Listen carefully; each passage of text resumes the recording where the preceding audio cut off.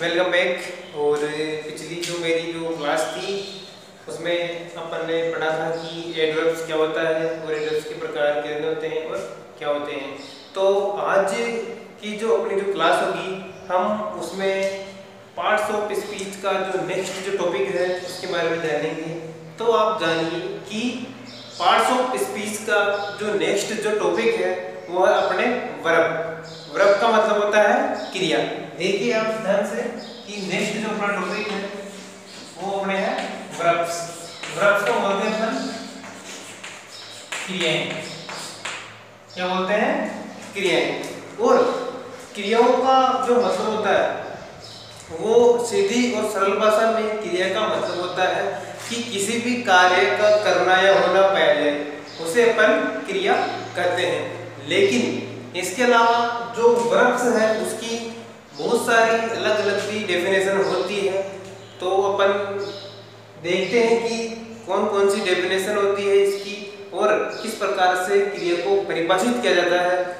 ठीक है, देखिए आप देखा तो वैसे तो देखा जाए तो जो वर्ब है उसकी काफ़ी सारी डेफिनेशंस है, लेकिन यहाँ अपन एक सीधी और सिंपल सी डेफिनेशन को लेते हैं, उससे अपन थोड़ा समझने की कोशिश करते हैं। जैसे verbs are the words that show an action, state और पोजीशन। अर्थात जो वर्ब जो है अर्थात क्रिया जो है वो किसी भी एक्शन यानी कि कार्य, स्टेट यानी अवस्था और पोजीशन यानी अधिकार, पोजीशन यानी अधिकार को शो करता है, उनको दिखाता है।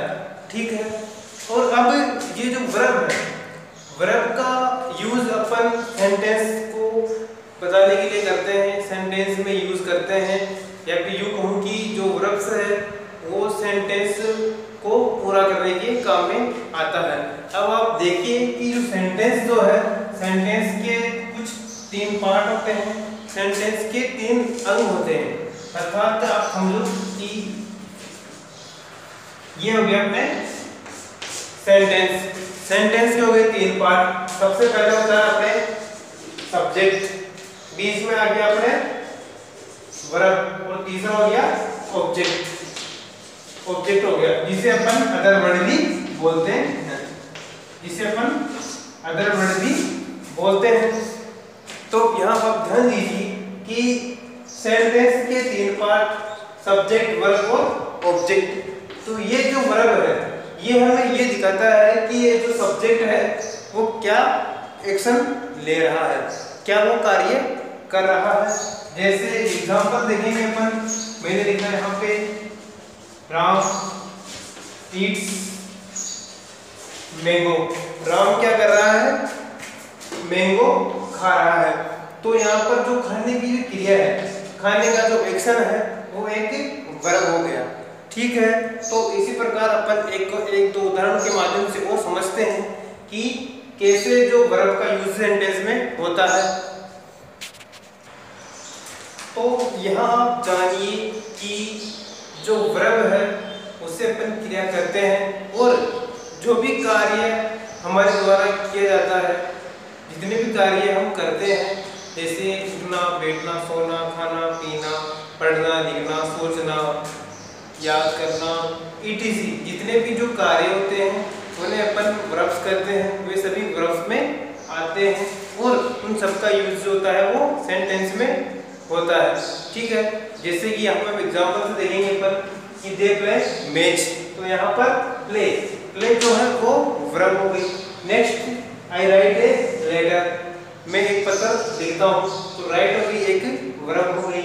अब यू गो टू स्कूल, यानी तुम स्कूल जाते हो, तो गो का मतलब हो गया जाना, तो जाना भी एक क्रिया हो गई। नेक्स्ट अपन देखेंगे miss, I miss my childhood days, यानी कि मैं अपने बचपन के दिनों को याद करता हूँ। तो यहाँ पर जो मिस है वो भी एक प्रकार से क्या हो गया? वर्ब ही हो गई। ठीक है, तो ये जो वर्ब है उसको समझने का एक और तरीका जो है वो मैं आपको बताने जा रहा हूँ। तो यहाँ आप जानिए कि जो वर्ब है वर्ब से आसे किसी भी फिजिकली या मेंटली एक्शन से है।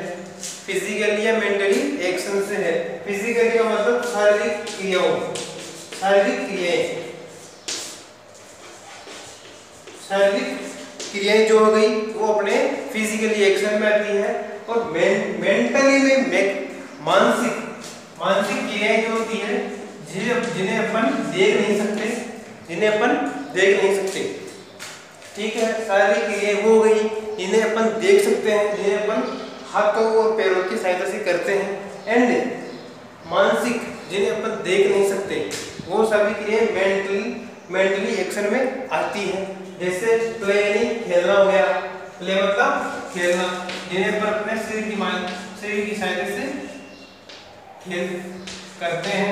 एंड रन यानी दौड़ना, हाथ और पैरों की सहायता से दौड़ना, तो ये भी एक फिजिकल एक्शन हो गया। राइट यानी लिखना, जो कि हाथों का कार्य है, वो भी एक फिजिकली एक्शन हो गया। अब चलते हैं अपन मेंटली एक्शन में। तो मेंटली जो एक्शन है वो अपने सबसे फर्स्ट थिंक हो गया। थिंक यानी सोचना, क्योंकि सोचते किससे हैं, दिमाग से सोचते हैं, तो ये एक मेंटली एक्शन हो गया। मिस करना, इसका तो हो गया अपने सोचना। एक होता है मिस, मिस का मतलब होता है याद करना, याद करना भी होता है। और इसका एक होता है चूकना, किसी चीज से चूक जाना, मिस हो जाना। तो दो बात निकलते हैं। मिस भी जो है एक मेंटली एक्शन हो गया। एंड नेक्स्ट है अपने रिमेंबर। रिमेंबर का मतलब भी याद करना ही होता है, यानी कि किसी लेसन वगैरह को, क्वेश्चन वगैरह को याद करना हो गया। तो इस प्रकार से जो वर्ब्स है वो दो प्रकार से बटी हुई होती है, फिजिकली और मेंटली, ठीक है। अब नेक्स्ट देखिए कि वर्ब्स में और क्या क्या डिफरेंट होते हैं। तो अब आप देखिए कि जो वर्ब है वो उनके अलग अलग प्रकार होते हैं, ठीक है। ऐसे तो वर्ब्स के प्रकार अलग है, लेकिन वर्ब्स को जब अपन टेंस में यूज करते हैं, जब अपन वर्ब्स को टेंस में उनके सेंटेंस के अंदर यूज करते हैं, तो उसके मुख्य रूप से तीन प्रकार होते हैं। या यू हूं की तीन फॉर्म्स होती है, वर्ब की तीन फॉर्म्स होती है। मोस्ट, तो वैसे तो वर्ब होती है 5 फॉर्म होती है, लेकिन जो मोस्ट जो बड़े काम आती है वो तो 3 ही होती है। जैसे फर्स्ट फॉर्म, सेकंड फॉर्म और थर्ड फॉर्म। अब वर्ब्स कुछ वर्ब्स ऐसी होती है जिनमें ईडी लगाने के बाद में सेकंड और थर्ड फॉर्म अपने को प्राप्त हो जाती है। जैसे प्ले है, प्ले में ईडी लगा दिया तो सेकंड और थर्ड फॉर्म अपने को प्राप्त हो गई। इसी प्रकार से गो, लाइक है, तो लाइक में भी अपने ईडी लगा दिया, ये तो है सही, डी और लगा दिया, तो लाइक यहाँ पे अपने को सेकंड और थर्ड फॉर्म प्राप्त हो गई। और कुछ वर्ब्स ऐसी हैं जिनमें जो सेकंड और जो थर्ड फॉर्म है उसमें वर्ड बिल्कुल चेंज हो जाते हैं। जैसे गो है, गो का सेकंड फॉर्म हो गया वेंट, गो यानी जाना, इट वेंट यानी गया, और गो यानी जा चुका। एंड इट है, तो इट की सेकंड फॉर्म है वो होता है एट, और थर्ड फॉर्म हो गया इटर, यानी कि इनमें भी स्पेलिंग बिल्कुल चेंज हो गई। जैसे इट यानी खाना, खाया और खा चुका। अब नेक्स्ट कुछ वर्ब्स ऐसी भी होती है जिनमें फर्स्ट फॉर्म, सेकंड फॉर्म और थर्ड फॉर्म जो होती है एक जैसी होती है, इस्तेमाल होती है, उनमें कोई भी चेंज नहीं होती है, चेंज नहीं होता है। जैसे कट, कट, कट, ठीक है। जैसे काटना, कट यानी काटना, और रीड यानी पढ़ना। तो कुछ वर्ब्स ये हुई इनमें कोई भी चेंज नहीं होता है। उन्हें जैसे ये जो वर्ब है इनको सभी को अलग अलग प्रकारों में बांटा गया है। अब हम उनके प्रकारों के बारे में जान लेते हैं कि कौन कौन से प्रकार होते हैं। चलिए देखते हैं जो वर्ब्स हैं उनको कितने प्रकार में बांटा गया है, कितने उसके टाइप होते हैं। तो यहाँ पर पहला जो प्रकार है उसे कहते हैं स्टेटिव वर्ब्स। स्टेटिव वर्ब का मतलब होता है स्थिर क्रियाएं। और नेक्स्ट है डायनेमिक वर्ब्स। डायनेमिक वर्ब्स को कहते हैं अपन गतिशील क्रियाएं। And axillary verbs, axillary verbs को कहते हैं अपन सहायक क्रियाएं। और जो नेक्स्ट है उसे कहते हैं फाइनाइट वर्ब्स, यानी कि सीमित क्रियाएं। And non finite, non finite को कहते हैं अपन असीमित या फिर गैर क्रियाएं। नेक्स्ट है ट्रांसटेटिव वर्ब। ट्रांसटेटिव जो वर्ब है उसे कहते हैं अपन सकर्मक क्रियाएं, सकर्मक। और नेक्स्ट है इरट्रांसिटिव। यानी कि अकर्मक क्रियाएं।